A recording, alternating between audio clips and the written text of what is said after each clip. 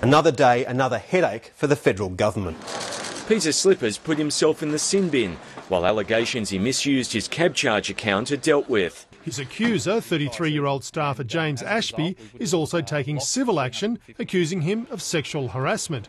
Producing salacious text messages, he says, passed between him and his boss. Talk of massages, suggestions of getting rocks off.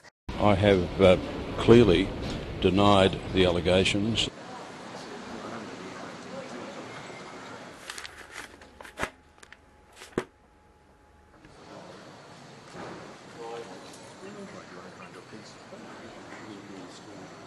Julia Gillard's travelled 6,000 kilometres and brought some baggage with her. I believe the decision he made to step aside was the appropriate decision. While we were trying to get him out of the Parliament, the Prime Minister gave him the biggest job in the Parliament. He was supported by Mr Abbott as recently as September of last year. Tony Abbott attended Peter Slipper's wedding. It's a bit late in the day to be appalled by him now, isn't it? But we never made him the Speaker of the Parliament. And Peter Slipper has taken to Twitter to have a go at his old boss. He also complained that the media has been trespassing at his home, he says, entering his garage and rubbing their hands over his wife's car. Was it a mistake to make Peter Slipper Speaker? No. Do you trust Peter Slipper? It's not a matter of... I don't know Peter Slipper that well. I don't claim to know Mr Slipper personally or well, but I formed a professional judgment about his ability to do the job. You only see all the bad sides. Maybe he has a good side. I haven't seen it. The public understand that the real issue here is the judgment and the integrity of the Prime Minister. It's a case of instant karma's coming to get you.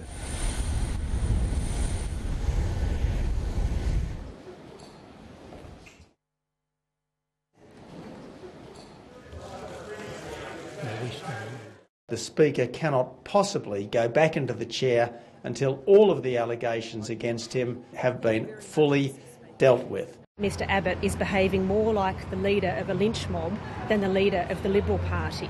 The independents now say publicly that the Speaker cannot take the chair. If Peter Slipper is sitting in the chair before all of these matters are dealt with, I will either move or support a motion of no confidence against him.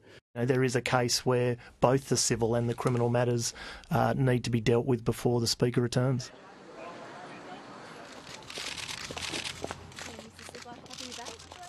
Nominating him for this high office on that basis. Even some government MPs are coming to the view that settling the criminal allegations alone isn't enough. The sexual harassment allegations are very harmful, they're very serious. And the Prime Minister seems to be the only one in the country who thinks that the Speaker can resume the chair. We can see a clear set of precedents where people have continued to function in their office while the subject of civil matters. Hypocrisy, thy name is Liberal. Mr Slipper has begun to fight back. He's released these CabCharge vouchers, claiming they prove the criminal allegation against him is a fabrication. I'm not a handwriting expert. It's not a matter for me or members of the government. The evidence that's there for all to see suggests that that allegation is false. The Australian people are saying enough is enough. I think it's the darkest days of this 43rd Parliament.